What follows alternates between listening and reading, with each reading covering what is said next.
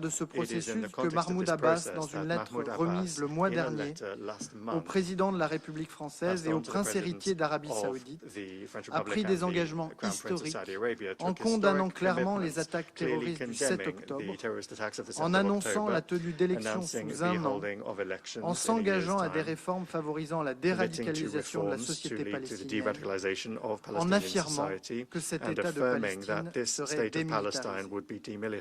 Autre avancée dans ce processus de New York, la France a accueilli le 13 juin à Paris une rencontre inédite des sociétés civiles palestiniennes et israéliennes qui ont dialogué sur la manière de sortir de cet état de guerre permanent par une solution politique juste et durable au conflit israélo-palestinien. Face à la poursuite de la guerre et à la tragédie humanitaire à Gaza, nous lançons à travers cette conférence un appel collectif à l'action. Cette guerre qui a trop duré doit cesser, les armes doivent se taire et laisser place à un cessez-le-feu immédiat et durable. Tous les otages capturés à la suite des attaques barbares du 7 octobre 2023 menées par le Hamas et d'autres groupes terroristes doivent être libérés de façon immédiate, sans condition et dans la dignité. Le calvaire que vivent les populations civiles de Gaza face à la catastrophe humanitaire doit prendre fin. Mesdames et messieurs les coprésidentes et coprésidents de groupes de travail, les travaux que vous allez nous présenter aujourd'hui serviront de boussole à l'ensemble de la communauté internationale pour tracer un chemin politique irréversible vers la mise en œuvre de la solution des deux États. Je vous remercie.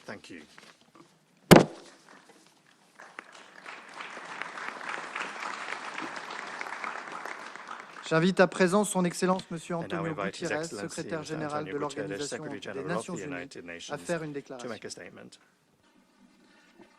Excellencies, ladies and gentlemen, I thank the government of France and the Kingdom of Saudi Arabia for organizing this international conference on the implementation of the two-state solution.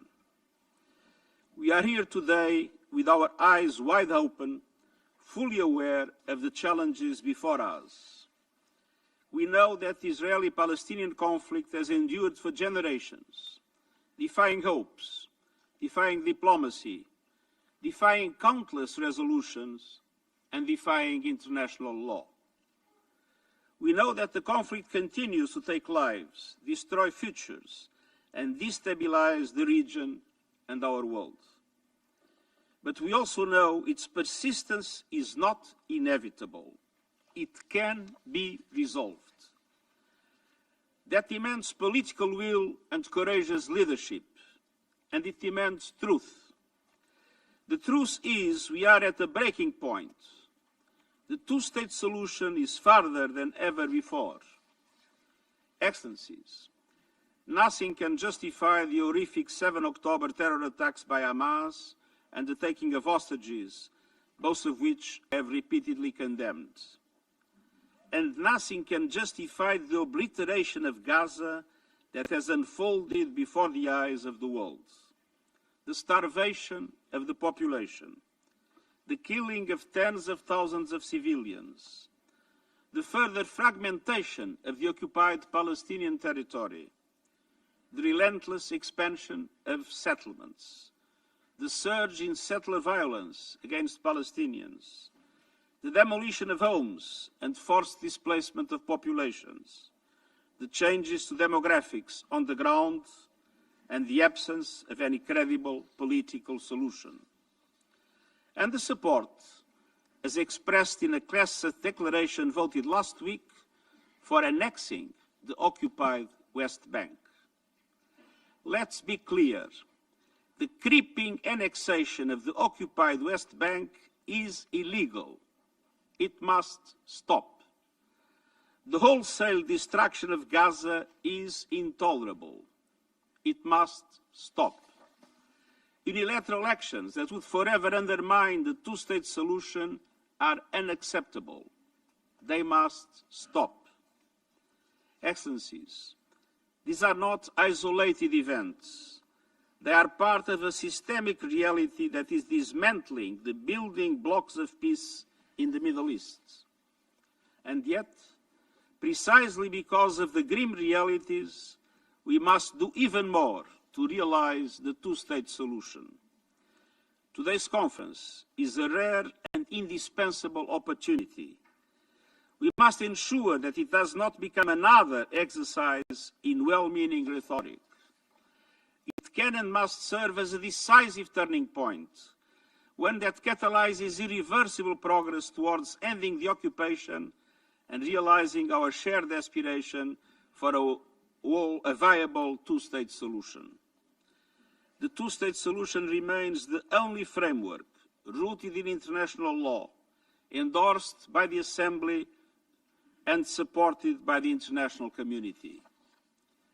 Specifically, Israel and Palestine, living side by side in peace and security, within secure and recognized borders on the basis of the pre-1967 lines, with Jerusalem as the capital of both states, in line with international law, UN resolutions, and other relevant agreements. Two independent, contiguous, democratic, and sovereign states, recognized by all and fully integrated into the international community. It is the only credible path to a just and lasting peace between Israelis and Palestinians. And it is the sine qua non for peace across the wider Middle East. Excellences, Israël, la Palestine et d'autres devront prendre les décisions difficiles sur cette voie. Un leadership audacieux et fondé sur les principes sera nécessaire de tous les côtés. Nous sommes ici pour encourager et soutenir cet effort. Merci de vous être rassemblés pour faire avancer cette cause essentielle pour les populations d'Israël, de Palestine et pour l'humanité tout entière. Et je vous remercie.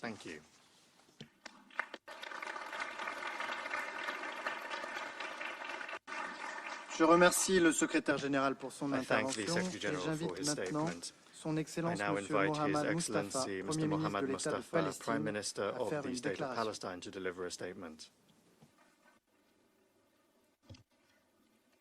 Excellencies, distinguished delegations, I'm honored to be among you all today, and I wish to express the State of Palestine's deep gratitude for the Kingdom of Saudi Arabia and France for their leadership and for undertaking the responsibility entrusted to them by the General Assembly in co-chairing this historical international conference.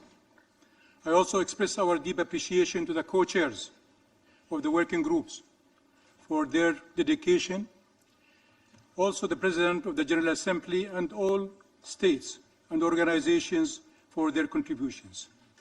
I'd like to thank the United Nations, represented by the President of the General Assembly and the Secretary General, and through them, all of the United Nations, for their relentless efforts to deliver on their sacred mandate, including the United Nations personnel on the ground who does so at the peril of their lives.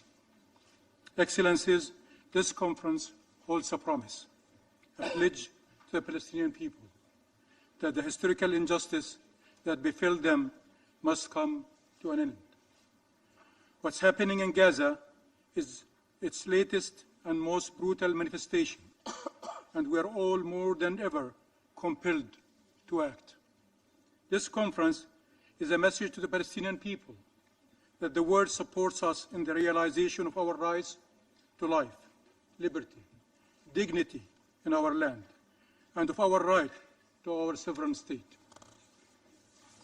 This conference is also a message to the Israeli people that there is a path to peace and regional integration.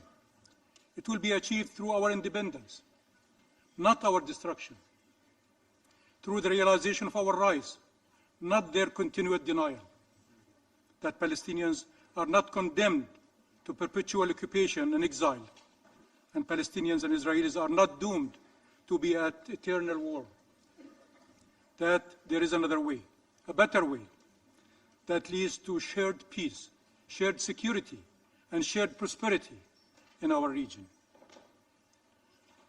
Not for one at the expense of the other, but for all. We hope they hear this message and grasp this historical opportunity.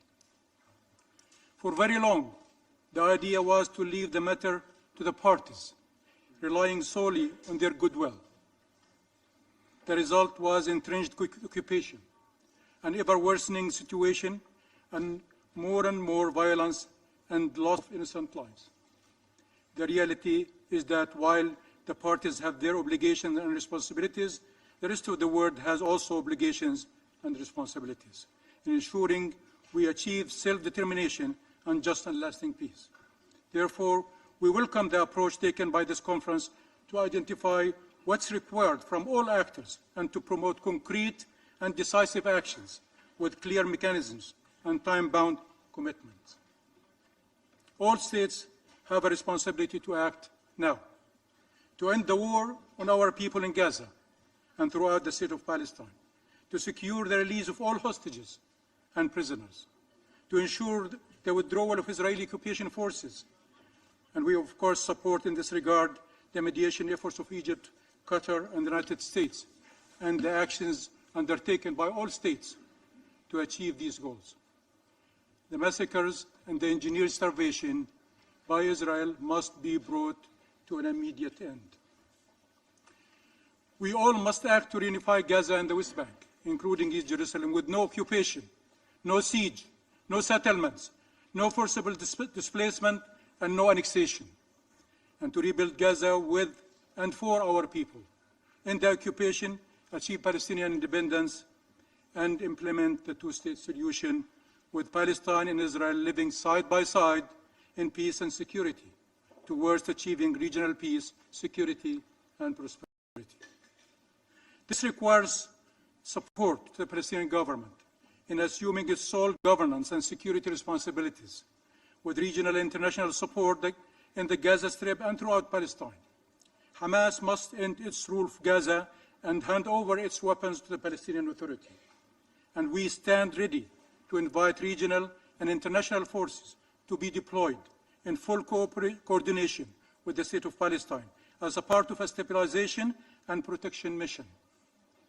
With a Security Council mandate to provide protection to our people and ensure the ceasefire is observed by all parties, and to guarantee the security of all sides in support of the role of our government and our security forces, and not as an alternative to them. The ceasefire should be extended to all Palestine and should be accompanied with the cessation of all illegal measures. I call on all of you to take every action you can take to advance these goals, ending the war on our people, ending the occupation, achieving shared peace, security, and prosperity. I ask you to do that without delay or hesitation. Too much is at stake. We have demonstrated an ironclad commitment to peace in the face of brutal violence. With your help, we can demonstrate there is a peaceful path to liberation. In this regard, I salute the historic and courageous decision of France and President Macron to recognize the State of Palestine in September, and call on all those that have yet to do so to recognize the State of Palestine without delay. Indeed, the path to peace starts with recognizing the State of Palestine and preserving it from destruction, and by empowering the forces of peace in Palestine, Israel, and the region, and the world in their efforts to implement the two-state solution and achieve just and lasting peace, a peace that saves and serves Palestinians, Israelis, and the region. There is no viable alternative to the peaceful settlement of the question of Palestine based on the relevant United Nations resolutions and the two-state solution on the 1967 lines. And there is no two-state solution without an independent Palestinian state with East Jerusalem as its capital. Every state represented here can do what they can, but they must act now to promote compliance and deter violations, to promote commitment, not indifference, to advance accountability, not impunity, to achieve just and lasting peace, not full perpetual occupation and conflict. The Palestinian government is determined to continue the implementation of substantive reforms in impossible circumstances. First and foremost, to be able to do better to serve our people, and also to better cooperate with our regional and international partners. We do not shy away from our obligations, and we are ready and willing to assure all our responsibilities in Gaza and the rest of Palestine. We ask that you help put an end to the Israeli policies who, at the political, financial, and military levels, constitute an existential threat to our people, our state and its institutions, and to peace. The idea that peace and security can be achieved by the destruction or subjugation of our people is a deadly illusion. The only way forward is shared peace and security. Our people are not going to disappear, but they are losing lives and loved ones every single day. Commitments has to be given to secure their future. Communities are under attack by occupation forces and settlers to try to uproot them every single day. The Palestinian people have suffered for long and cannot be demanded to simply endure. Their agony must be brought to an end. Our people have an inalienable right to live in freedom and dignity in their ancestors' land. The region is ready to move forward now, but not at the expense of Palestine and the Palestinian people. The rights of all peoples must be respected. The sovereignty of all states must be ensured. Palestine and its people can no longer be the exception. Thank you.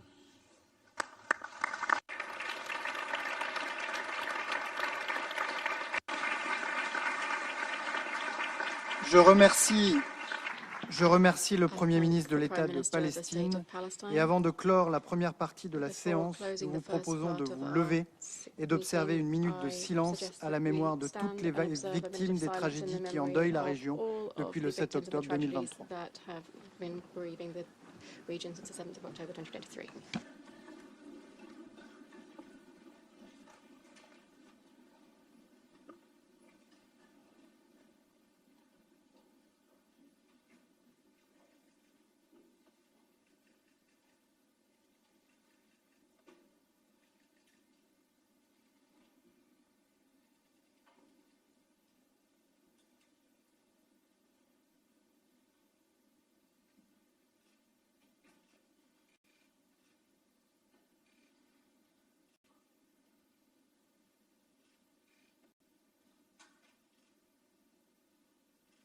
Je vous remercie.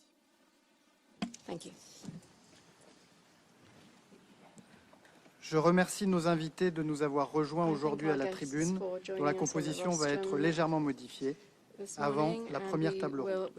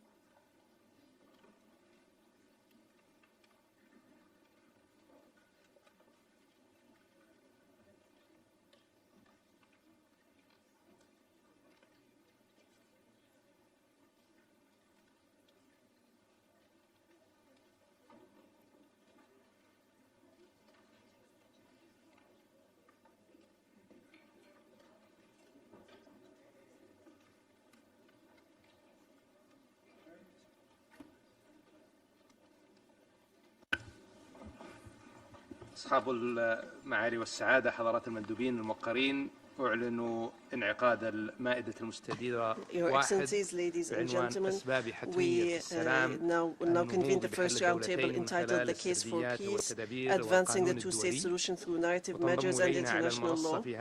Joining us at the podium for this segment of this meeting is Her Excellency Mary Robinson, former President of Ireland, former UN High Commissioner for Human Rights, and former Chair of the Elders. We warmly welcome her presence today. In accordance with the program circulated, we will first hear interventions by the co-chairs of thematic working groups 3, 7, and 6. I would like to remind that all interventions are limited to 3 minutes and should be made from your seat.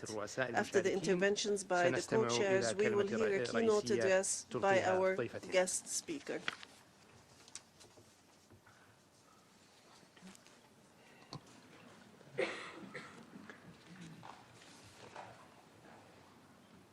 أدعو الآن ممثلة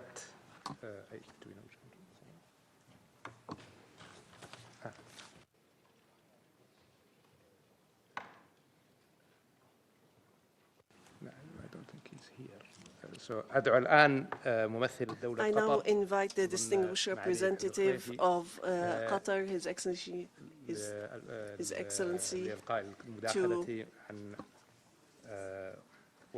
deliver his remarks for Working Group 3. شكرا سمو الأمير أصحاب السمو والمعالي والسعادة. Your Highness, Excellencies, السلام عليكم. أود بداية أن أعرب عن تقديرنا الشديد لكل من المملكة العربية السعودية والجمهورية الفرنسية على قيادتهما لأعمال هذا المؤتمر، ونقدر الجهود المبذولة للتحضير لهذا الاجتماع، وكذلك جهود جميع رؤساء الفرق العاملة التابعة للمؤتمر. منذ الإعلان عن المؤتمر سعت دولة قطر إلى دعمه والمشاركة الفاعلة في العملية التحضيرية، وتحديدا من خلال ترأسها مع كندا والمكسيك الفريق العامل الثالث المعني بسرديات السلام. وتعد هذه المسألة موضوع اهتمام لدى دولة قطر التي تسعى باستمرار إلى تعزيز مفاهيم السلم والعدل والشمولية وإرساء جذور السلام من خلال ثقافة الحوار والتعايش السلمي ودعم التنمية والتعليم الهادف ودور الشباب. وبغية المساهمة الفاعلة من قبل الفريق العامل الثالث في المؤتمر بذل الرؤساء المشاركون الثلاثة قطر وكندا والمكسيك على مدى الأسابيع الماضية جهودا منسقة للانخراط في عملية تشاورية مع أصحاب المصلحة من الدول الأعضاء والمنظمات الدولية والمنظمات غير الحكومية المعنية، وذلك ابتداء بوضع ورقة مفاهيم حول موضوع سرديات السلام وأسئلة مقترحة لتوجيه النقاش. وتلقينا مساهمات خطية من مختلف أصحاب المصلحة وكذلك مداخلات شفوية خلال الاجتماعات التي عقده الفريق العامل بمقر الأمم المتحدة الشهر الماضي. وعليه قدمنا إلى رئيسي المؤتمر موجزا لما توافقت عليه وجهات النظر الدول الأعضاء والمبادرات والمشاريع المحددة. أود اليوم أن أسلط الضوء على عدد من العناصر التي تضمنتها مداولات فريق العمل الثالث. أولا، يتضح وجود توافق على أن سرديات السلام ينبغي أن تكون في إطار مستند إلى القانون الدولي وقرارات الشرعية الدولية وحقوق الإنسان، وأن السبيل الوحيد للسلام والأمن على المدى الطويل هو حل الدولتين الذي يضمن إقامة دولة فلسطينية على حدود 1967 وعاصمتها القدس الشرقية. ثانيا، تم التأكيد على الحاجة للتعامل مع الأسباب الجذرية للصراع، بالإضافة إلى الاعتراف بالمعاناة الإنسانية، كما تم التأكيد على أن الاحتلال لا يمكن أن يضمن ثالثا، من المواضيع الجوهرية التي تناولها الفريق ضرورة بناء الثقة من خلال الإنسانية والاحترام المتبادل والتعايش مع التركيز على الكرامة والإنسانية المشتركة والعدالة. رابعا، تم التأكيد مرارا على ضرورة اتخاذ إجراءات حازمة emphasized that measures should be taken against hate speech and incitement to violence. This needs to be dealt with. Some of the topics that were included was the importance of protecting independent media and journalists and the need to combat disinformation. The role of education was highlighted as essential for promoting peace. لإشراك الجهات الفاعلة الشعبية بما فيها النساء والشباب. هذا بالإضافة إلى أهمية إنشاء منصات وبرامج للحوار بين الجانبين. ثامناً كما تم الإشارة إلى الحاجة للاستفادة من التجارب الناجحة السابقة في تعزيز السلام والمصالحة. وتاسعاً تم التأكيد مراراً على الدور المحوري للمجتمع الدولي في دعم هذه الأهداف. نتطلع ختاماً إلى أن تؤدي العمليات التشاورية للفرق العاملة إلى خروج المؤتمر بنتائج موضوعية تبلور التزام المجتمع الدولي بمسؤولياته اتجاه حل القضية الفلسطينية، وأن تكون هذه النتائج نقطة انطلاق للخطوات المستقبلية وأساساً للمشاركة الدولية المستدامة. ونؤكد أهمية المتابعة الفاعلة للمقترحات والمبادرات. كما نتطلع إلى أن يساهم المؤتمر في دعم إقامة الدولة الفلسطينية المستقلة of an independent Palestinian state that is sovereign, geographically contiguous, with sovereignty on the borders of 1967, with East Jerusalem as its capital, that has international recognition and the UN membership that it deserves. Thank you.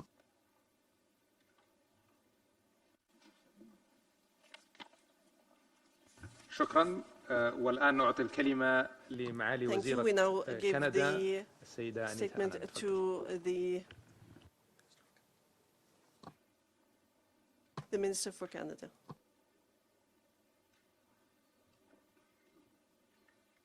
Excellencies, delegates, distinguished guests, I would like to begin by thanking France and the Kingdom of Saudi Arabia for bringing us together at this critical moment. Painful realities that continue to tear at the fabric of the region. Escalating violence, devastating civilian casualties, hostages still in captivity, a deepening humanitarian crisis in Gaza, relentless settlement expansion in the West Bank, and the continued threat of terrorism. All of this making the prospects for peace feel more distant. Canada believes a two-state solution remains the only viable path to lasting peace for both Palestinians and Israelis. At the plenary session this afternoon, I will have more to say about Canada's position. We are here today because this moment demands political courage and resolve, and we must stand together and choose a different path, one that leads toward a sustainable and a just solution. And political agreements alone are not enough. We must also address the narratives shaping identity, perception, and legitimacy, as these lie at the heart of the conflict.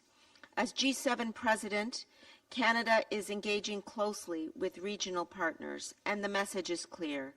The region must be defined by peace, by stability, and by dignity for all.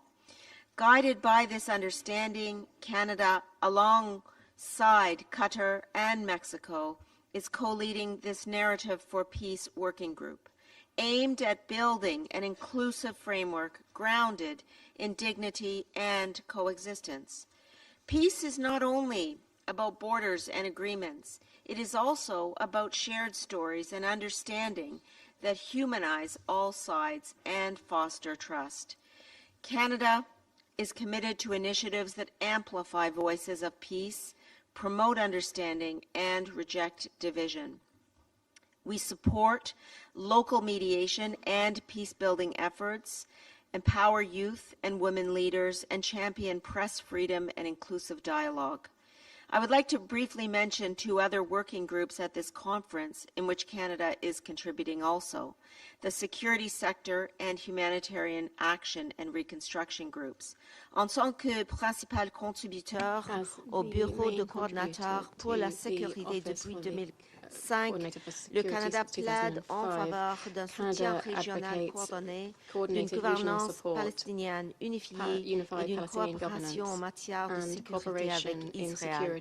Comme je le mentionnais cet après-midi sur le plan humanitaire, le Canada accorde la priorité à la protection des civils, à l'amélioration de l'accès humanitaire et la reconstruction menée par les Palestiniens en mettant l'accent sur la transformation visant à renforcer les institutions palestiniennes. We are, above all, determined to work alongside our partners to deliver real, tangible solutions on the ground. And above all, Canada remains committed to a future where Palestinians and Israelis can live side by side in peace and dignity. Merci beaucoup.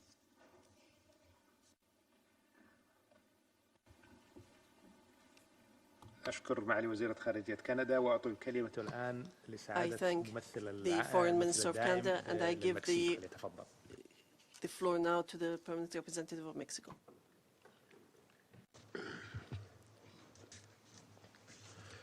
Señores copresidentes, distinguidos colegas, distinguished colleagues, México expresa su amplio reconocimiento a Qatar y Canadá por su firme compromiso con nuestro grupo de trabajo encargado de analizar potenciales narrativas de paz que contribuyan a la implementación de la solución de dos estados. A partir de las consultas realizadas en nuestro grupo, se identificó un amplio consenso en torno a la idea de que si bien las negociaciones diplomáticas son un elemento sine qua non para alcanzar una solución duradera al conflicto palestino-israelí, estas deben ir acompañadas de una narrativa de paz eficaz que a la vez desempeñe un papel clave en la configuración del discurso público y de la manera en que se forman las nuevas generaciones. Una importante coincidencia dentro de las aportaciones que recibimos es que la educación es uno de los factores preeminentes para alcanzar y sostener la paz. En ese sentido, permítanme subrayar la siguiente propuesta. Es fundamental que tanto los programas escolares palestinos como los israelíes incorporen cursos de historia que destaquen los puntos en común de ambas culturas. Asimismo, las iniciativas enfocadas a una futura coexistencia pacífica entre palestinos e israelíes son prioritarias. Debemos probar que la coexistencia es posible. Tal vez la Orquesta Sinfónica, fundada hace ya 26 años por el director de orquesta y pianista israelí Daniel Barenboim y el escritor palestino Edward Said, llamada West Eastern Divan Orchestra, esa orquesta quizás sea el mejor ejemplo de que ambas culturas pueden incluso producir arte de óptima calidad como resultado de una colaboración común. Empecemos, pues, nuestras labores esta mañana con la convicción de que dos estados son la única solución vislumbrable en la etapa actual de lo que constituye uno de los grandes dramas de la historia y uno que nos toca la responsabilidad generacional de resolver. Muchas gracias.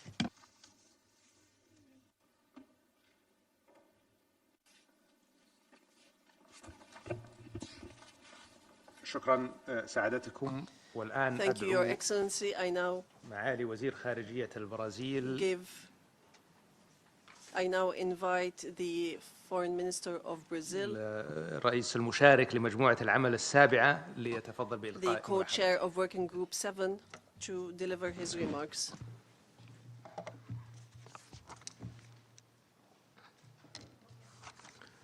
Thank you, Mr. Chair, Excellencies, Brazil co-chaired with Senegal Roundtable 7 on promoting respect for international law.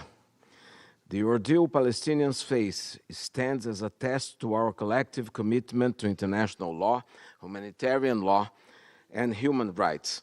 When confronted with credible allegations of genocide, invoking international law is not enough. We must enforce it with resolve.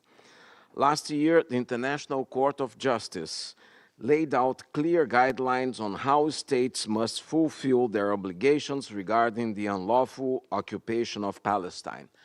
They include not recognizing the unlawful situation created by Israel's presence in the occupied Palestinian territory, including East Jerusalem, differentiating in all dealings with Israel between its territory and the occupied Palestinian territory, refraining from any action that may aid or contribute to maintaining occupation, and ensuring respect for the Palestinian people's right to self-determination and the Fourth Geneva Convention. Guided by the Court's opinion, Working Group 7 formulated 3 questions to inform Member States' action. First, what actions can states adopt to promote and ensure compliance with international law? Second, what accountability mechanisms can be activated to address relevant and lawful actions, policies and practices, and to ensure reparation? Third, what preventive measures can be taken against illegal unilateral actions undermining the viability of the two-state solution? We received over 50 submissions from multiple stakeholders. These inputs generated 96 concrete proposals grouped in 5 areas: diplomatic and political, arms trade, economic, accountability and reparation, and monitoring. The following stood out: recognizing the State of Palestine and supporting its admission as a full UN member, upholding the legal distinction between Israel and the occupied Palestinian territory, opposing annexation and settlement expansion, ensuring protection for humanitarian workers, including UNRWA staff, supporting civil society and human rights defenders, imposing targeted sanctions against violent settlers and lawful countermeasures to grave violations. Excellencies, these are lawful actions that states can take now. The credibility of the international legal order depends on its non-selective application. What is now needed is the political will and a robust follow-up process to this conference. Let us turn law into action and action into justice and peace. I thank you. شكرا معاليكم والآن أعطي الكلمة لوزيرة خارجية السنغال الرئيس المشارك لفريق العمل رقم 7 co-chair of Working Group 7 to deliver her remarks.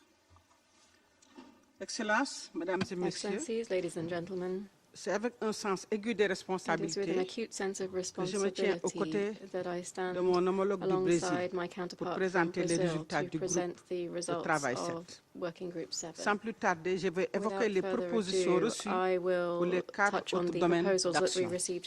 Dans le domaine du commerce des armes, les contributeurs ont recommandé de renforcer le processus de due diligence, la surveillance de l'utilisation finale et le contrôle de l'exportation. Certains ont appelé à des embargos militaires bilatéraux conformément au traité sur le commerce des armes. Pour les mesures économiques, les propositions comprenaient des restrictions au commerce et à l'investissement sur les biens des colonies, des accords conditionnés au respect des droits humains, la réglementation et la conduite du secteur privé, ou encore l'alignement des lois nationales sur les obligations internationales. Le renforcement de la base de données de l'ONU sur les entreprises impliquées dans les colonies companies in the settlements and technical and financial support to Palestinian companies, including for the reconstruction of Gaza, were also strongly promoted. In terms of accountability and reparations, both were highlighted. Cooperation with the International Criminal Court and the International Court of Justice, activation of universal jurisdiction, supporting the work of the Human Rights Council and the Independent Commission of Inquiry under the auspices of the United Nations. Several proponents also recommended the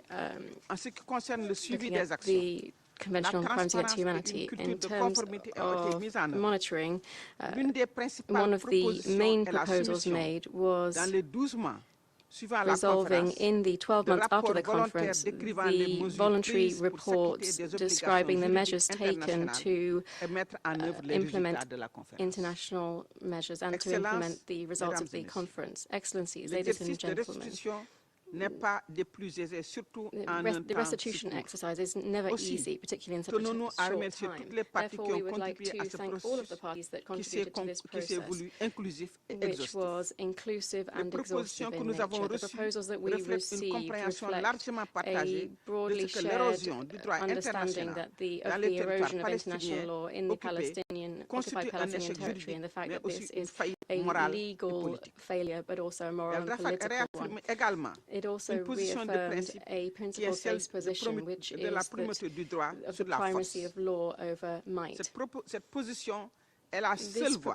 is the only path towards lasting peace through a two-state solution anchored in international law, respecting the rights of the people of Palestine to self-determination and guaranteeing the right of both Palestinian and Israeli people. Thank you. أشكر معالي وزيرة خارجية السنغال. I thank the Foreign Minister of Senegal. I now invite the Deputy Foreign Minister of the Republic of Turkey, the co-chair of Working Group 7, to deliver the remarks of Working Group 6. Esteemed Ministers of Co-chairing and participating states, Excellencies, dear colleagues, I would like to thank France and Saudi Arabia for co-chairing the conference and all stakeholders, including civil society organizations, for their valuable contributions to the work of Working Group 6. I would like to thank our Irish colleagues for their excellent cooperation and the hard work they put into our efforts to co-chair our working group. I wish also to take this opportunity to welcome the announcement of France to recognize the State of Palestine. We sincerely hope that many others will follow suit soon. Before sharing with you the priorities and recommendations that came out of the submissions in our working group, allow me to share with you some general observations regarding our deliberations. Firstly, we have seen the strong desire among the stakeholders to contribute to ending the decades-long suffering of the Palestinian people.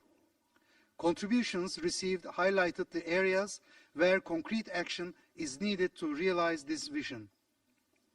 There were submissions rightfully proposing programs to help build capacity in the Palestinian Authority. Yet, empowering the State of Palestine calls for addressing the urgent question of how to end the Israeli occupation. Therefore, the root cause is still there. During our deliberations, it was a recurring view that the continued occupation is the main obstacle on the way to Palestinian statehood. While the annexation of Palestinian territories by Israel is looming, as called for by the Israeli parliament on July 23rd, our tools should be proportionally strong and effective. Some stakeholders made submissions proposing the establishment of mechanisms to enforce international law and international humanitarian law.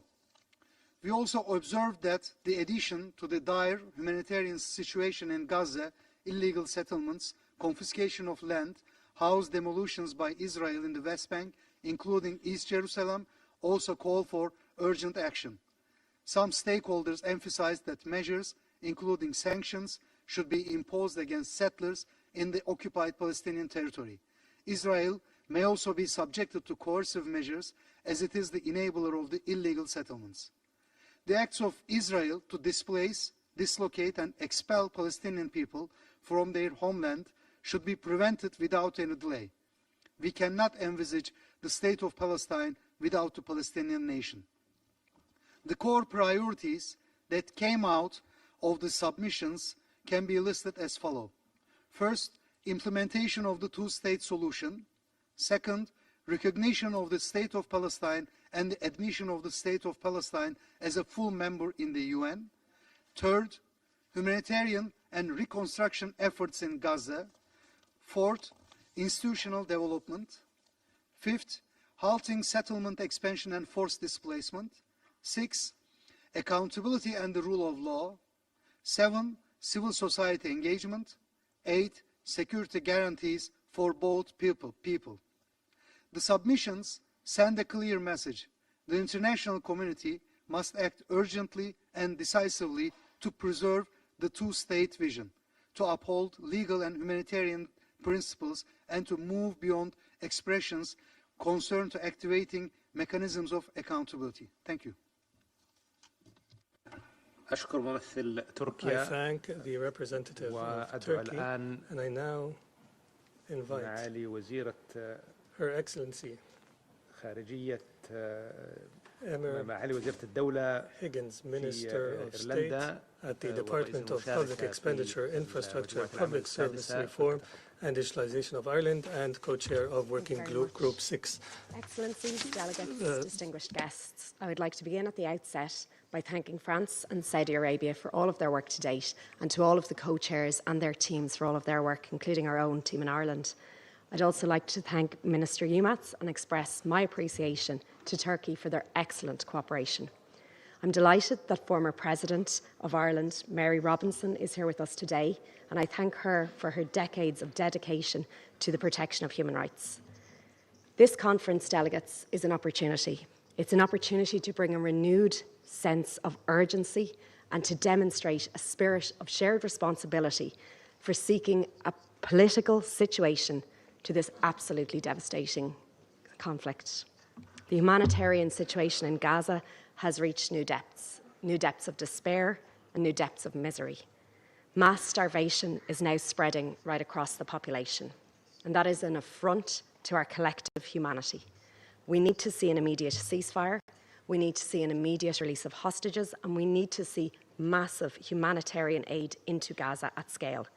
As co-chairs of Working Group 6, Ireland and Turkey engaged broadly with member states and stakeholders. Our working group was on the preservation of the two-state solution. We deeply appreciate the significant number of concrete and of action-orientated submissions, and there was strong agreement around the respect for international law, including international humanitarian law, and clear support for accountability mechanisms, including the International Criminal Court. Submissions reference the advisory opinion of the International Court of Justice and its clear finding that the Israeli occupation of the occupied Palestinian territory is unlawful. Member states and stakeholders affirmed the two-state solution as the only pathway to a just and a lasting peace, and that is in accordance with international law and UN resolutions. The importance of recognition of the State of Palestine and its admission as a full UN member state was a recurring theme, and I commend France and President Macron for leadership on this. We also recall the importance of recognition of Israel by states who have not yet to do so, and of integration of Israel and Palestine in the region. Contributions stress there should be no forced displacement of Palestinians from Gaza, and there was strong consensus on the need to address illegal settlements in West Bank, including East Jerusalem, and strong condemnation of any attempts at annexation. There must be accountability for violent settlers and for those who support and for those who facilitate them. There must also be accountability for Hamas, who have brought only suffering to Israelis and Palestinians. A key issue is support for the Palestinian Authority, governing a unified Palestine state, support for the PA's reform agenda and sustainable financing, including the release of revenues by Israel. We acknowledge the Arab and OIC reconstruction plan as the basis for work on the rebuilding of Gaza and the necessary arrangements for governance, for security and for economic development. Submissions stressed that the essential and life-saving role and the mandate of UNRWA must be protected. As a country with experience of overcoming conflict, Ireland recognises the important role of both civil society and in particular of women in laying the groundwork for peace.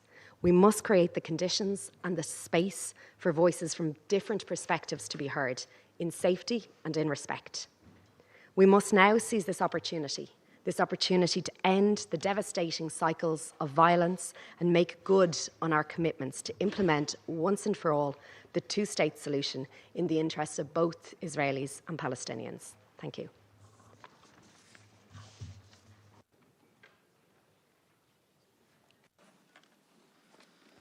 I thank the representative of Ireland.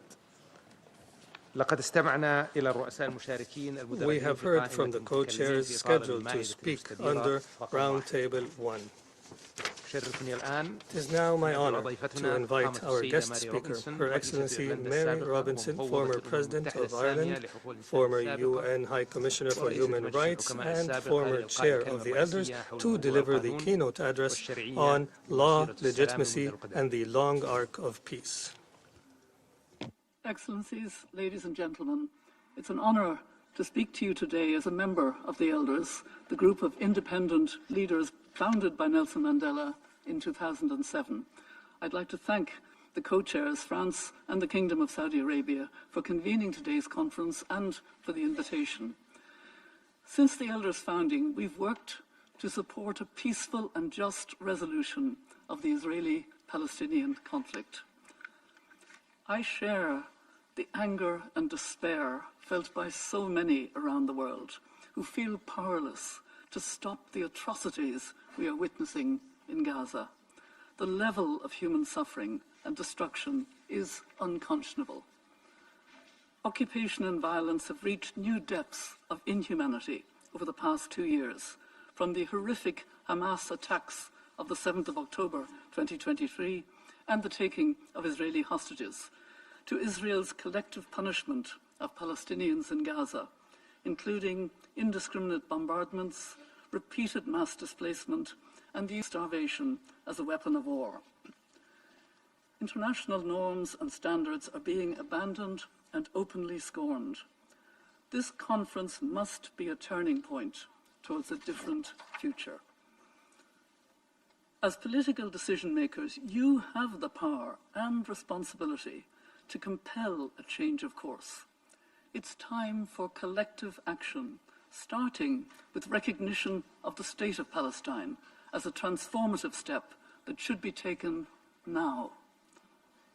Why now? Because the dehumanizing of the Palestinians by the extremist government of Israel has reached a critical point. Let us recall that Prime Minister Netanyahu telephoned Pope Leo to apologize for the injury to Father Gabriel Ramanelli when the Catholic Church was bombed in Gaza. Prime Minister Netanyahu has not apologized for the more than 17,000 children killed in Gaza, or the many more children left without limbs and without family members. He has not apologized for all the children of Gaza who have been traumatized by this totally disproportionate war and are now hungry to the point of starvation. No apology has been deemed necessary because the children of Gaza have become dehumanized by this Israeli government. I welcome President Macron's announcement that France will recognize Palestine. The United Kingdom has said it will recognize Palestine when it would be an effective and not just a symbolic step. Surely this is the moment, because later it will simply be too late. Excellencies, I would now like to address two issues. First, measures to uphold international law and end impunity for systematic violations. And second, how to help lay the groundwork for peace. It is my personal view that we are seeing an unfolding genocide in Gaza. It is for international courts to make a final determination. But member states cannot wait for this. You must act now to prevent genocide. I must say I'm particularly impressed by the recommendations put forward here this morning by the co-chairs of working groups 7 and 6. In its advisory opinion, the International Court of Justice has found that Israel's policies and actions in the West Bank constitute annexation and breach of its international obligations on racial segregation and apartheid. For those of us who believe in international law and the United Nations Charter, the stark truth is that the government of Israel has not been held accountable for its violations in Gaza and across the occupied Palestinian territory. Its leadership enjoys a high level of impunity, and measures taken to date have not been sufficient to incentivize a change of course. This cannot continue. We have a shared duty to uphold the international rule of law and guard against the erosion of basic norms that guide conduct in wartime. There are practical steps that member states should take now to end impunity and give effect to the International Court of Justice's advisory opinion, halting arms transfers, expanding targeted sanctions, and moving to suspend trade cooperation. There must be an immediate halt to arms transfers and any military, security, or other form of cooperation which assists in maintaining Israel's unlawful presence and actions in the occupied Palestinian territory. The International Court of Justice advisory opinion clarified that Israel's security concerns do not justify its illegal presence in the West Bank and Gaza, or the annexation of territory. Self-defense cannot be invoked as justification for supplying arms when the use of force is unlawful or there is an overwhelming evidence of atrocity crimes. Ensuring the security of Israelis is central to finding a lasting solution, but this cannot be achieved when arms are used to perpetuate an unlawful occupation and atrocity crimes are fueling grievances on a colossal scale. Of course, there must also be accountability for systematic violations of international law by Hamas and other Palestinian armed groups, including the continued holding of Israeli hostages. It is right that member states have strengthened sanctions against Hamas in response to its atrocity crimes against Israeli civilians.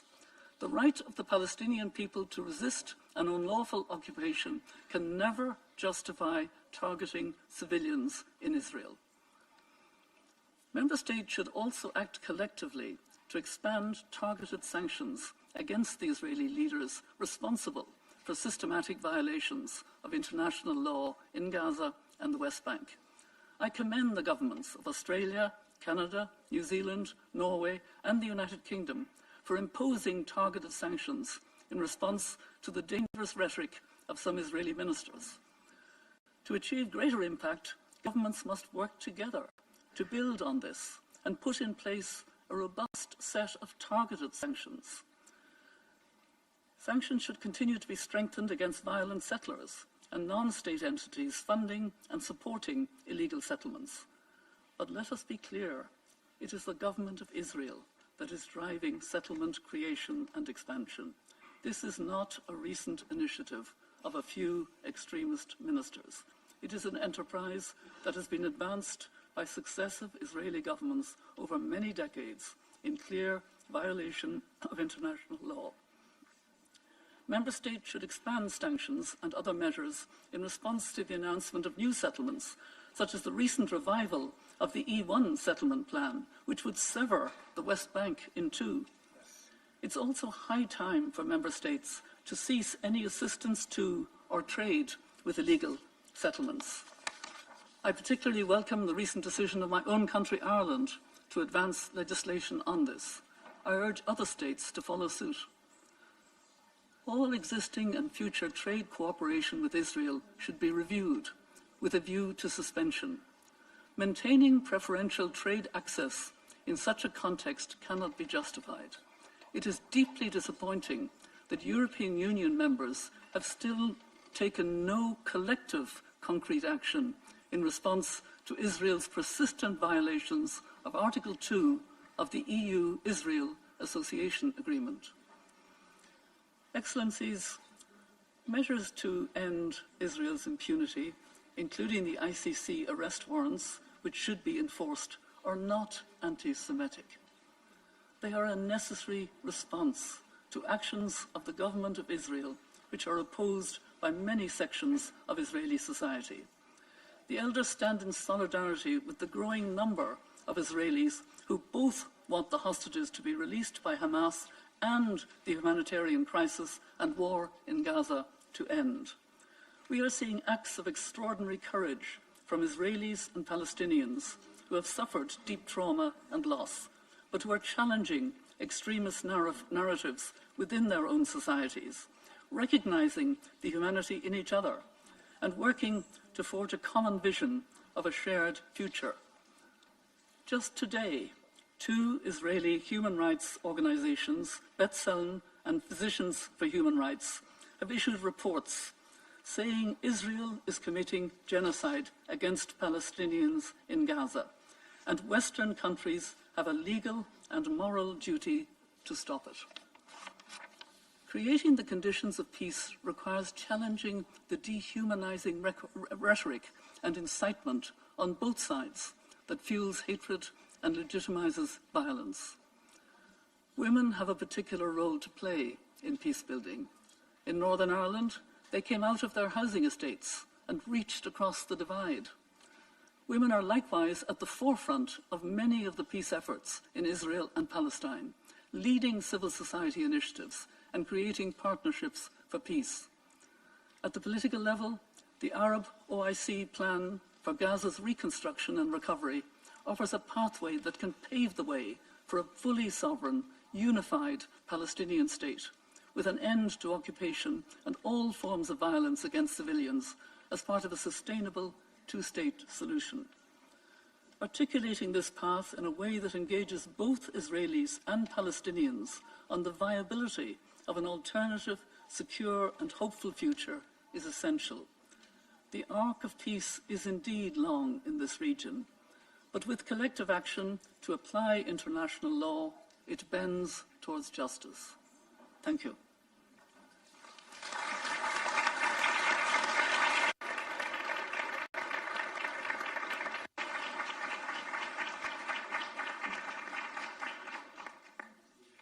Je vous remercie et j'ouvre maintenant la deuxième table ronde qui a pour terme 2 États, un seul avenir, assurer la souveraineté, garantir la sécurité de tous et la viabilité économique. Son Excellence M. Juan Manuel Santos Calderón, ancien président de la Colombie, lauréat du prix Nobel de la paix en 2016 et président des Sages, nous rejoint à la tribune. Nous lui souhaitons la bienvenue.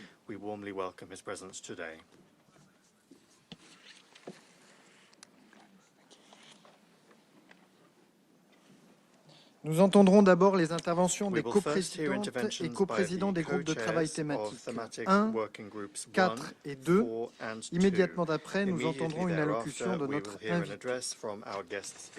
J'invite à présent le représentant de la Jordanie, son Excellence Ayman Safadi, vice-premier ministre et ministre des Affaires étrangères du Royaume hachémite de Jordanie, à prendre la parole.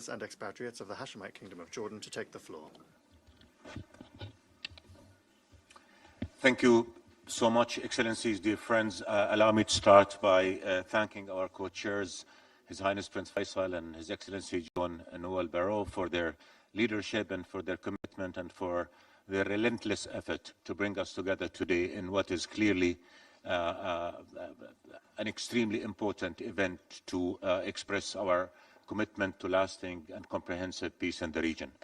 I will express Jordan's position in my intervention at the panel, but now I'll just summarize the outcome of our working group, which I had the honor of co-chairing with my dear friend, the Foreign Minister of Spain. And basically, I think what the group showed that we are all committed to a just, lasting and comprehensive peace on the basis of the 2-state solution. We're all committed to the 2-state solution as the only path going forward, and that now is the time to act, because if we do not, realities on the ground are rendering that solution inviable as every day goes by. We, I think, agreed that recognizing the Palestinian state is a must, and to those who argue that this should be the outcome of negotiation, where are the negotiations? There is no negotiation. The Palestinians are ready to negotiate today. We do not have an Israeli partner to negotiate. So if they're not willing to sit at the table and negotiate a two-state solution, which the whole world agrees is the path forward, then they cannot veto us from doing what we all believe in and recognize the Palestinian state as a statement of commitment to that solution. I think majority in the group, and I thank everybody who participated in it, also expressed the importance of recognizing Palestine as a full member of our United Nations, so that we can move forward. And I think it was clear among all of us that we've got to act to stop Israeli unilateral actions that undermine the two-state solution, including settlements, land confiscation, encroachments on the holy sites, and attempts to change the demographic composition of the West Bank and Gaza. That is also something that I think resonated among all of us in the group. So to sum up, I think what we all agreed on is that we've got to act, and act quickly in accordance with our conviction that the two-state solution is the only path forward, and we've got to recognize Palestinian state, and we've got to take action, practical action, to move in that direction. And if I may just add one element here, is that if we all agree that the two-state solution is the path forward, and we all know who is the party that is preventing us from moving forward, then it is about time that the world took action against that party, which is Israel, that is not allowing the realization of the two-state solution. Again, I think we all agreed that this is not time to talk, this is time to act, and we have to act efficiently and act quickly. And before I conclude, allow me just to say what I should have started with, which is the catastrophe on Gaza cannot continue. It is incomprehensible that in this day and age, all of us are failing to ensure that children eat, drink, have medicine. So I think I urge all of you to act in every way possible, to stand, to speak against the prevention of Israel of allowing aid into Gaza. That has got to stop. By the time we finish our meeting today, tens of Palestinians will have died from starvation. That cannot stand. So please, let's stand on the side of justice, stand on the right of what's right, stand on the right of international law, which our group also emphasized that must be implemented equally to all. Thank you so much.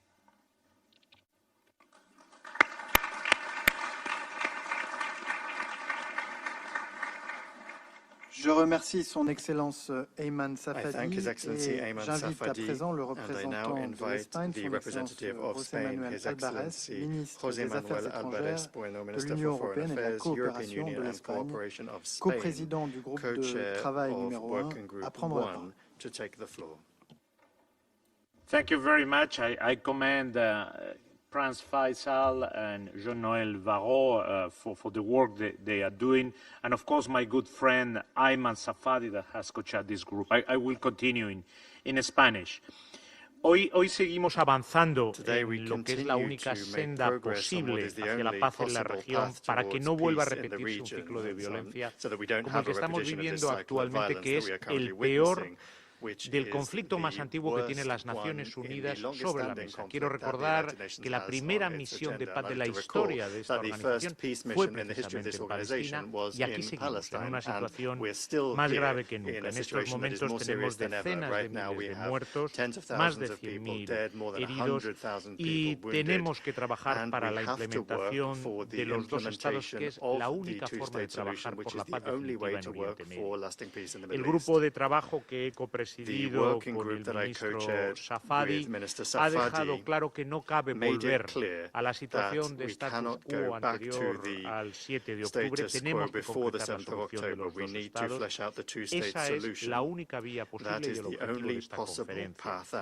Al mismo tiempo hay un amplio acuerdo en que hay que avanzar para asentar la estatalidad de Palestina, comenzando por el reconocimiento del Estado de Palestina, como han hecho ya 149 149 UN member states y have también already trabajar para done, su and admisión also to work como for miembro its de pleno admission derecho as a en esta fully-fledged member organización. of this Es también organization. esencial que se It is reafirme la also plena essential that normalización de las the full relaciones normalization de of todos con relations Israel y of su completa everyone with integración Israel and its en full la región. integration into the region Las be conclusiones del reaffirmed. grupo The también conclusions of the reconocen group en la also autoridad recall palestina al único that actor the legítimo para Palestinian Authority is the only asumir la legitimate futura actor to gobernanza ensure de the la future Franja de governance Gaza. La of the autoridad Gaza Strip. palestina The es Palestinian nuestro Authority socio is para our la paz partner y for tenemos que peace, sentar las and bases we para un have to Estado lay the palestino groundwork for realista a y viable realistic, con Gaza y viable Cisjordania Palestinian state bajo with una Gaza única and the West autoridad Bank nacional under a single palestina national con Palestinian continuidad Authority territorial with conectando ambas territorial zonas por un contiguity corredor terrestre connected con through una a salida land al mar y corridor un with puerto en access to Gaza the sea y and con a su port in capital en Gaza and Jerusalén with its Este. capital in East Y ante la Jerusalem. And insoportable in the face of the catástrofe humanitaria unbearable generada por la humanitarian ofensiva catastrophe militar de generated by Israel, que Israel's dura ya military 20 offensive, which meses, has been going on for 20 exigimos months now, claramente la we entrada clearly masiva y sin demand impedimento, the su entry of distribución humanitarian conforme assistance, its a los distribution in principios accordance with humanitarios y a través de los humanitarian actores principles and humanitarios via primordiales,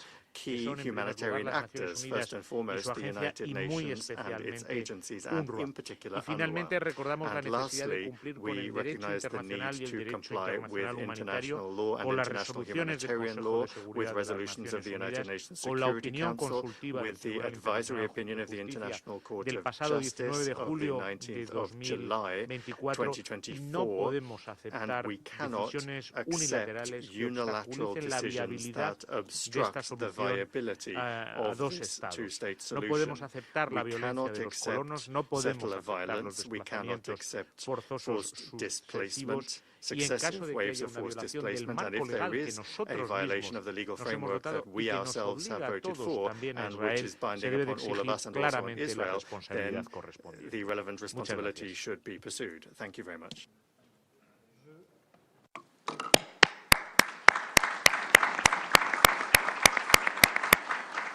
Je remercie son Excellence José Manuel Alvarez.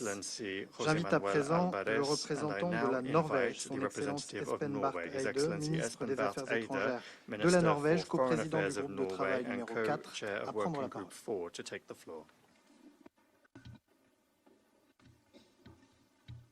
Thank you, dear Jean-Noël Barrot. Thank you also, His Highness Prince Faisal Al Farhan, for bringing us together here and for convening this important roundtable. And together this morning we are focusing on the pillars of Palestinian statehood, the foundations for freedom and independence, a sovereign state, as Jordan and Spain just talked about, the security of Palestinians and Israelis alike, as we will hear more about afterwards, and now on the economic viability of the state. Working Group 4, which Norway has had the pleasure of leading together with our good friends from Japan, and thank you for the excellent cooperation, has been working on this theme. But all these issues, friends, are interlinked. Right now, and as laid out by Prime Minister Mustafa, there is an acute economic crisis in Palestine, threatening the very foundations of the state, the fabric of life, with the running of schools and hospitals and all public services, frankly, everything that has been built over the last 30 years. We need to stop this bleeding. Stop Israel from holding back clearance revenue transfers. Stop access and movement restrictions. Stop the expansion of settlement activities, which are confiscating land, hindering agricultural activity, and hindering trade and economic progress. While we should not bail out Israel, donors must stand by Palestine through direct support of the government in this critical situation. This is one of our group's strong recommendations. Therefore, I announce today an additional budget support of approximately $20 million US dollars, and I call on others to do the same. But what is causing this economic crisis is not only the ongoing military activity. It is structural. It is political. With UN membership for the state of Palestine being blocked, the Palestine government does not have the same toolbox as other governments. The working group therefore supports the full integration of Palestine into the international monetary and financial system, the unification of Palestinian territory, under a single governance structure is also highlighted by the group, as it would have immediate positive economic implications. And of course, the working group is clear that economic initiatives or incentives can only complement, not replace, the political process. There is no such thing as an isolated economic peace. It has to be part of a broader solution. Our discussions has drawn on earlier outcomes of the AHLC meetings, the Ad Hoc Liaison Committee, which, by the way, has been ad hoc for 31 or 32 years, and the Global Alliance for the Implementation of the Two-State Solution, and we will continue our work in both. During the upcoming UNGA high-level week in September, Norway will call again for a ministerial HALC meeting at ministerial level, and there will be an opportunity to elaborate more on this issue.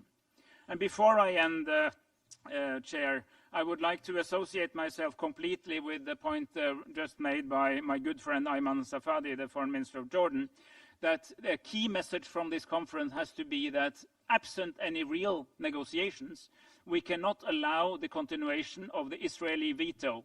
It's like a reverse walkover. If you don't turn up to the match, if you don't turn up to the negotiation, nothing happens. That cannot continue.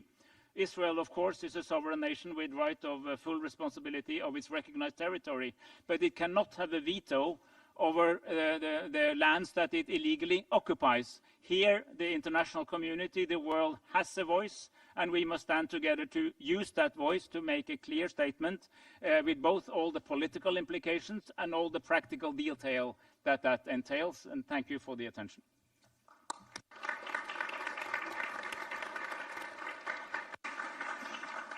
Je remercie son Excellence Espen Barthey pour son intervention et j'invite à présent le représentant du Japon, son Excellence Tsukasa Uemura, représentant spécial du gouvernement du Japon, envoyant spécial du gouvernement du Japon pour la paix au Moyen-Orient, coprésident du groupe de travail numéro 4 à prendre la parole. Thank you. Thank you very much.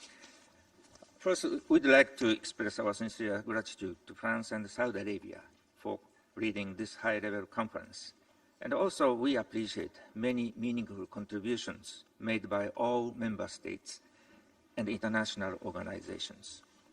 As for our working group, I don't have much to add what His Excellency, the Norway Minister Eide-san, just described. I may touch upon only a few points. Our working group recognizes the importance of reforms led by the Palestinian Authority, and as well as how to strengthen the economic viability, macroeconomics, and fiscal foundations. In doing so, the World Bank and international financial groups will play an indispensable role in achieving fiscal stability in Palestine. Based on this, we have identified 4 key areas for concrete action in the outcome document and have proposed some recommendations for each. For details, the document will be available in, I understand, in the afternoon. Dear colleagues, realizing peace in the Middle East is not only essential for regional stability, but also a matter of international peace and security. Even now, the people of Gaza are facing a severe crisis of hunger and malnutrition. It is essential that the ceasefire be restored as soon as possible. Through this high-level conference, it is vital to reaffirm the need for a two-state solution and to place this issue back at the forefront of the political agenda. Lastly, Japan will remain actively involved in the early recovery and reconstruction of Gaza, drawing our own sad experience in recovering from World War II and numerous natural disasters in the past. We are determined to continue providing tangible and meaningful assistance to the most vulnerable. Thank you. Je remercie son Excellence Tsukasa Uemura et j'invite à présent le représentant de l'Indonésie, son Excellence Armanata Nazir, vice-ministre des Affaires étrangères de l'Indonésie, co-président du groupe de travail numéro 2, à prendre la parole. Thank you, co-chairs. Excellencies, colleagues, I thank France and the Kingdom of Saudi Arabia for convening this meeting. We have invested significant time and efforts in building towards this high-level conference. We therefore must ensure the momentum in realizing the two-state solution is maintained after the conference, including not to veto the full membership of the State of Palestine to the UN, as stated by a number of colleagues earlier. Co-chairs, excellencies, Indonesia is honored to co-chair with Italy Working Group 2 on security. Our inclusive and transparent approach in Working Group 2 is anchored in two central objectives. First, to identify security guarantees for Israelis and Palestinians in full respect of the sovereignty of all states. And second, to identify the scope and the task of a stabilization or protection mission deployed under the aegis of the United Nations at the request of the Palestinian Authority and backed by the UN Security Council. We have received 30 submissions from member states, international organizations, and stakeholders. Based on these inputs, Indonesia and Italy have identified 4 main topics. First, establishing credible and equal security guarantees for both parties through cessation of violence and recognition of equal rights to safety is important. This includes actions to support immediate and permanent ceasefire, a critical element for any actions to ensure the security of both peoples. Another important action that have been proposed by member states are actions to create and support a Palestinian-owned transitional authority in Gaza in line with the Arab Group OIC reconstruction plan. Member states also propose the importance of an inclusive regional security architecture modeled after the OSCE in Europe and ASEAN in Southeast Asia to create a mechanism to nurture trust, peace in the region. Second, we need to empower the Palestinian Authority to independently manage security and fully assume responsibility in both Gaza and the West Bank, with the view of promoting reunification of all Palestinian Authority under a single, legitimate and democratic national government. Under this element, we have gathered commitment to take action to launch a UN-led international coordination framework for initiatives aimed at developing efficient security and policing structure towards a sovereign Palestinian state. Member states also called for actions to devise a structured framework to transfer international security responsibility to the Palestinian Authority security forces.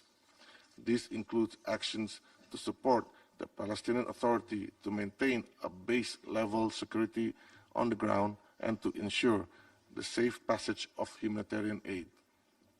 Lastly, there has been a strong consensus in restating opposition to forced displacement or changes to Gaza demographic and territorial status, as well as the rest of the OPT, including East Jerusalem.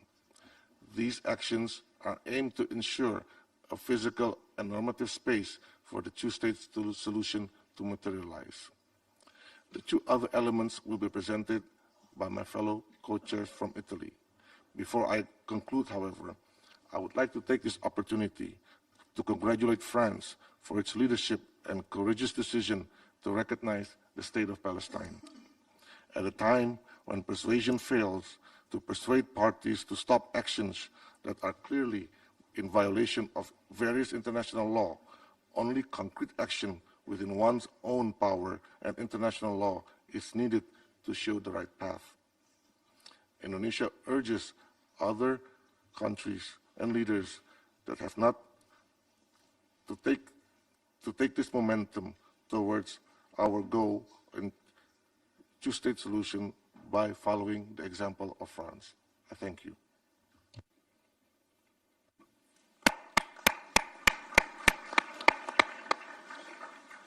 Je remercie son Excellence Armanata Nazir et j'invite la représentante de l'Italie, son Excellence Maria Tripodi, vice-ministre des Affaires étrangères et de la coopération internationale de l'Italie, coprésidente du groupe de travail numéro 2, à prendre la parole. Grazie. Thank you. Grazie Ministro, grazie al Ministro Faisal, cari colleghi. Questa conferenza rappresenta un appello collettivo all'azione al quale il governo italiano ha aderito con impegno e determinazione. Ringraziamo il Regno dell'Arabia Saudita e la Francia per averla promossa. Il prosieguo delle operazioni militari e la drammatica situazione umanitaria nella striscia di Gaza, nonché il rifiuto di Hamas all'ultima proposta negoziale e l'instabilità in Cisgiordania ci impongono un compito arduo ma cruciale da portare avanti. L'Italia ha copresieduto assieme all'Indonesia il gruppo di lavoro sulla sicurezza, elemento che ritengo centrale nella prospettiva dei due Stati.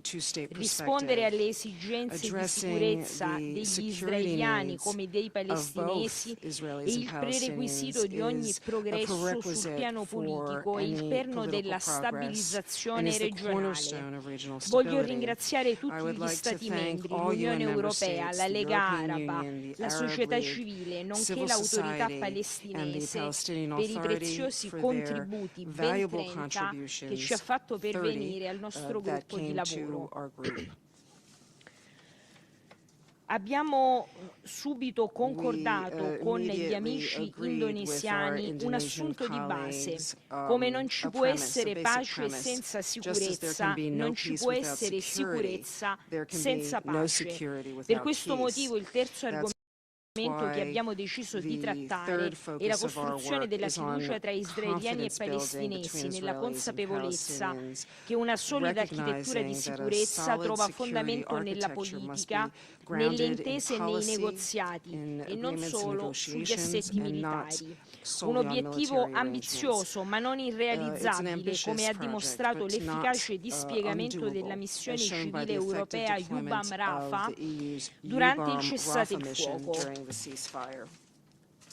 Assicurare tenuta e fattibilità delle azioni concrete poc'anzi illustrate dal Vice Ministro Nasir richiede il coinvolgimento degli attori regionali e della comunità internazionale, con il compito di definire scopo e mandato di una missione di stabilizzazione e protezione sotto egida ONU.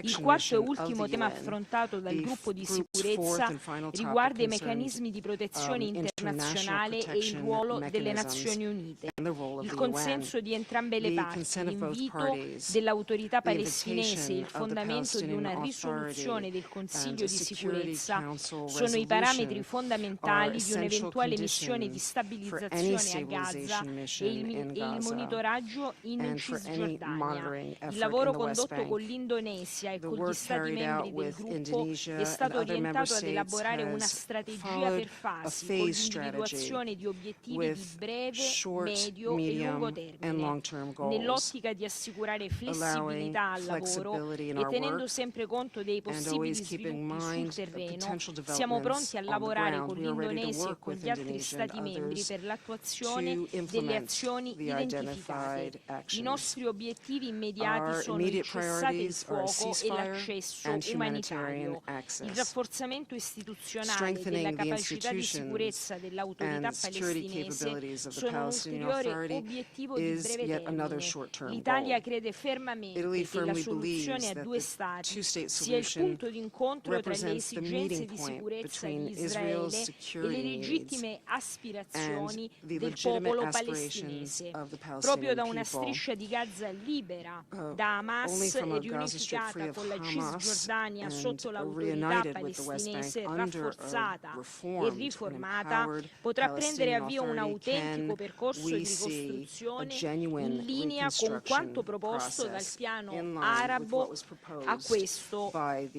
questo tema. Ricostruzione non solo delle infrastrutture come edifici, scuole e ospedali, ma soprattutto della fiducia reciproca tra israeliani e palestinesi. Voglio quindi concludere ricordando l'importanza di coordinare il sostegno internazionale con l'azione delle società civili, l'unica garanzia per una pace duratura e stabile nel lungo periodo. Vi ringrazio.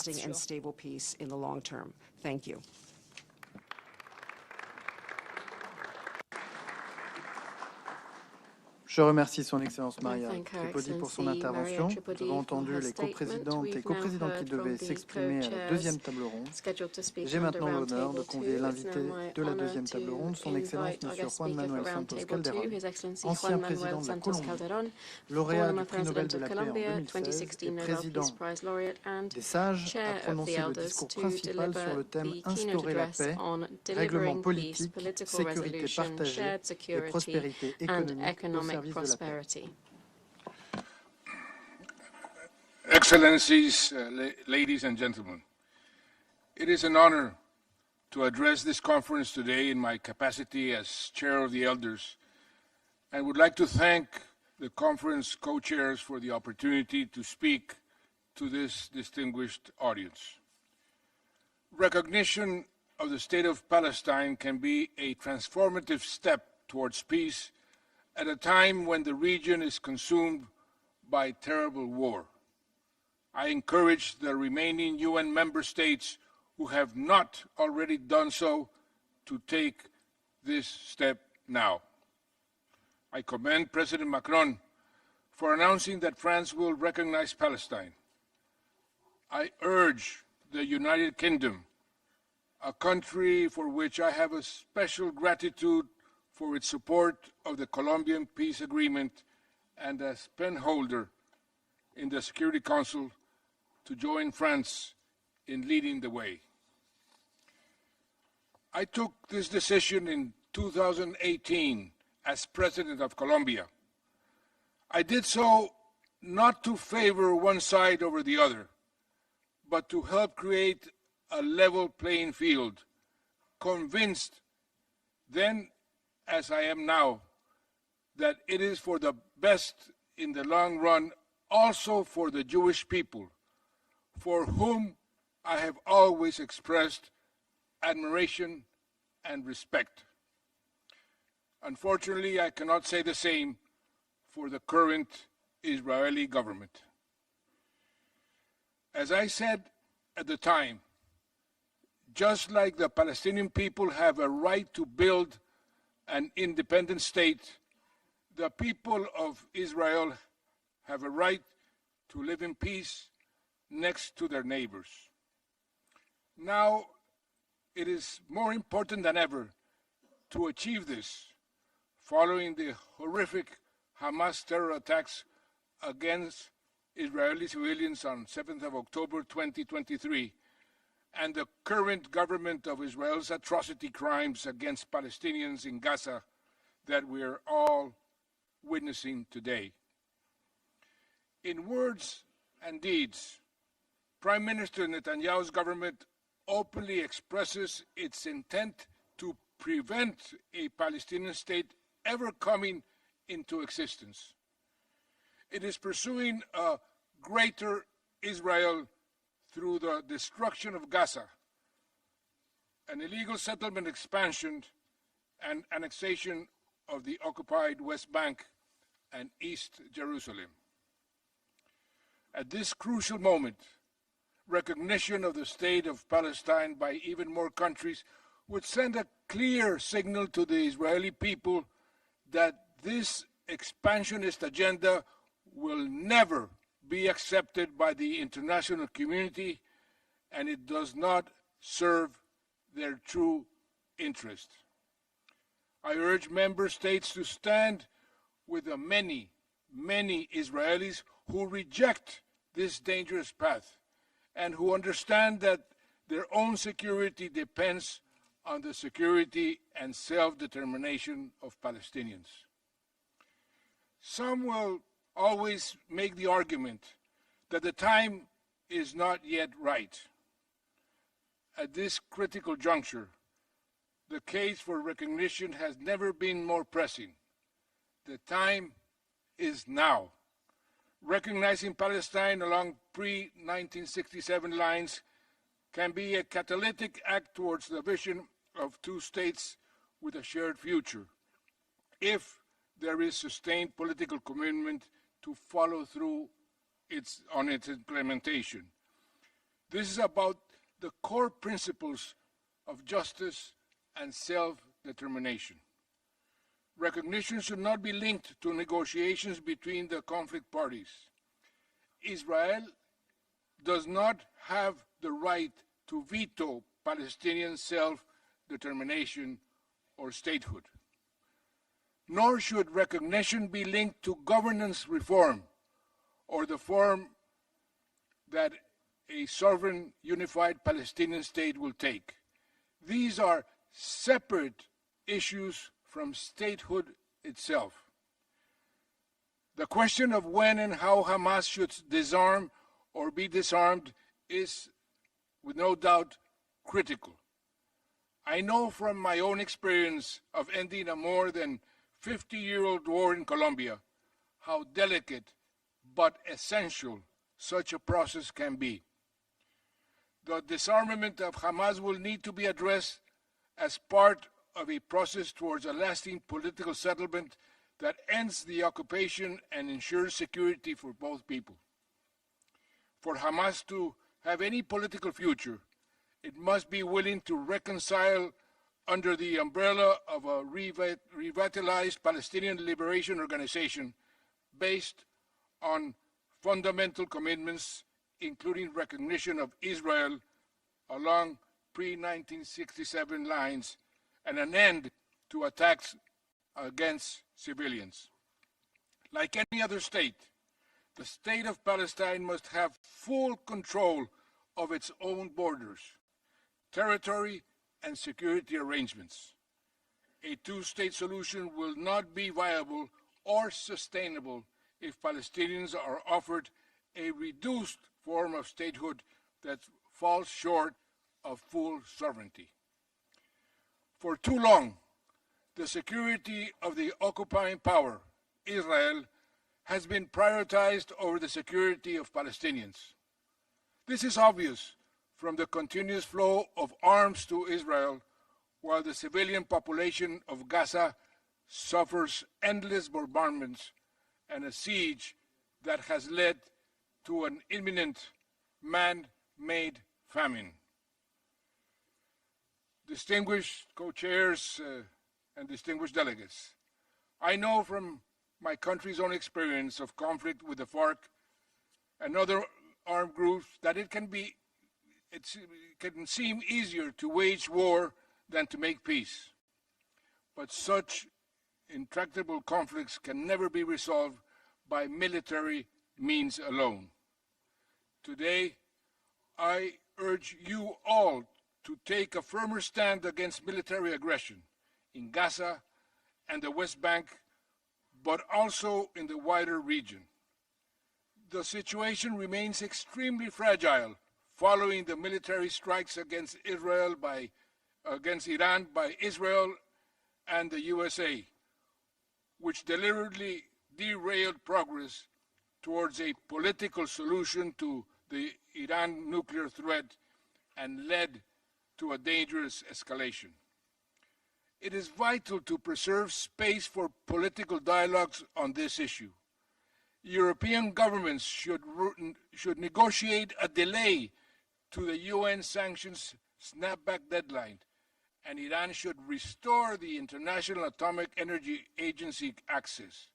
Any UN Security Council resolution underpinning a new agreement must also provide guarantees to Iran against further strikes. The government of Israel's military action in Syria since the fall of Assad also undermined regional stability. This is not legitimate self-defense. The use of force to assert Israel's domination in the region risks leading to a dangerous endgame. This is relevant to our discussions today because it directly undermines prospects for a two-state solution. We need a new vision for regional peace and security, one that is based on political, not military solutions, and respect for each state's sovereignty. A comprehensive regional framework must be inclusive of Iran as well as the Arab states. It must have a lasting settlement that safeguards a fully sovereign state of Palestine alongside the state of Israel at its heart. Only a framework in which all states in the region have an equal stake can provide lasting peace. Like others, the elders want to see a regional security context in which Israel has normalized relations with its neighbors and is recognized by all countries in the world. However, normalization through the pursuit of more Abraham Accords without self-determination for Palestinians will only sow the seeds of future conflict, ultimately undermining Israel's own security. Full normalization must be conditional on Israel's ending the occupation with recognition and realization of a sovereign Palestinian state along the pre-1967 lines. To make progress towards such a vision, it is likely that a regional or international presence will be required to support a ceasefire in Gaza and the transitional governance and security arrangements that will follow. Any such regional and international presence should be based on the consent of the Palestinian Authority and endorsed by the UN. It should be established in both Gaza and the West Bank to ensure that it paves the way for a unified, sovereign Palestinian state. Recognition of the state of Palestine by member states can be transformative if it is accompanied by practical measures to make statehood a reality. This includes support for Palestinian economic sovereignty and prosperity, ending the movement and access restrictions that constrain economic development, and opening up the potential for cooperative arrangements and a future state of Palestine to address shared challenges such as public health, water resources, and the climate crisis. Excellencies, I would like to conclude by recalling Nelson Mandela's words nearly 30 years ago when I went to give him the chair of the 9th UNCTAD conference, when he told me that without peace, Colombia will never take off. His words inspired me to commit to delivering peace in my country and in the world, and still inspire me today. That is the reason I am here. This conference offers a tangible opportunity to catalyze progress towards political resolution by recognizing Palestine and developing a new vision for shared security and sustainable economic prosperity for Palestinians, Israelis, and the wider region. I urge you all to seize this moment. Thank you.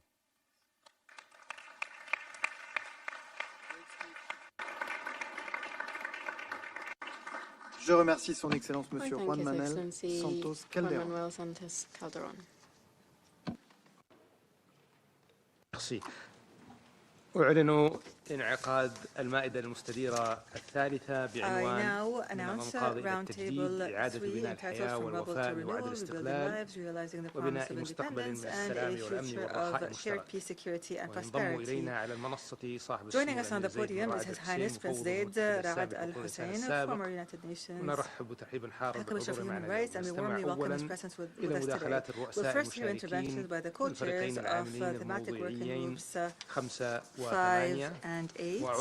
And I now give the floor to His Excellency the Foreign Minister of the Arab Republic of Egypt and the co-chair of Working Group 5. You have the floor, sir.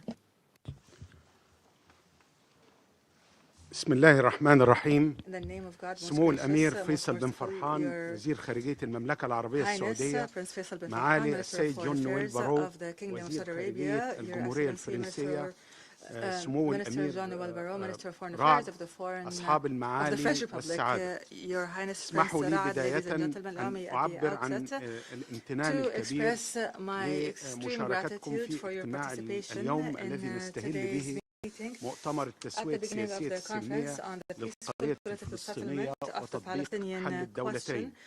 وأود هنا أن أتوجه بشكر خاص للمملكة العربية السعودية والجمهورية الفرنسية على الرئاسة المشتركة لهذا المؤتمر والحرص على عقده في هذه اللحظة شديدة الدقة والخطورة التي تشهدها منطقتنا، كما أتوجه بالشكر لكافة الدول المشاركة في مجموعات العمل والتي لا شك أن إسهاماتها القيمة سيكون لها أبلغ الأثر في أن يكلل جهدنا المشترك في هذا المؤتمر بالنجاح. الحضور الكريم، إن أهمية تنحصر فقط في التعبير عن حرصنا على التسوية العادلة والشاملة للقضية المركزية في الشرق الأوسط وهي القضية الفلسطينية فحسب، بل تأتي أيضا من خلال نجاحنا في التوصل لأوسع توافق دولي ممكن حول الخطوات العملية الواجب القيام بها لإقامة الدولة الفلسطينية على خطوط 4 من يونيو 67 وعاصمتها القدس الشرقية تعيش في سلام وأمن جنبا إلى جنب مع إسرائيل. ومن هذا المنطلق فقد حرصت مصر من خلال مشاركتها في رئاسة مجموعة العمل الخامسة مع المملكة المتحدة على استيعاب كافة المساهمات الواردة لها وصياغتها بأقصى قدر من التوازن بين كافة الرؤى، وأيضا طرح رؤيتها فيما يتعلق بالوضع الإنساني الكارثي في الأراضي المحتلة سواء في الضفة الغربية أو في قطاع غزة، وهي الرؤية التي نقدر أنها حازت على قبول ودعم أغلبية الدول المشاركة في أعمال مجموعة العمل الإنسانية، باعتبار أنها أحد الركائز الأساسية لأي تحرك عملي يهدف لتوفير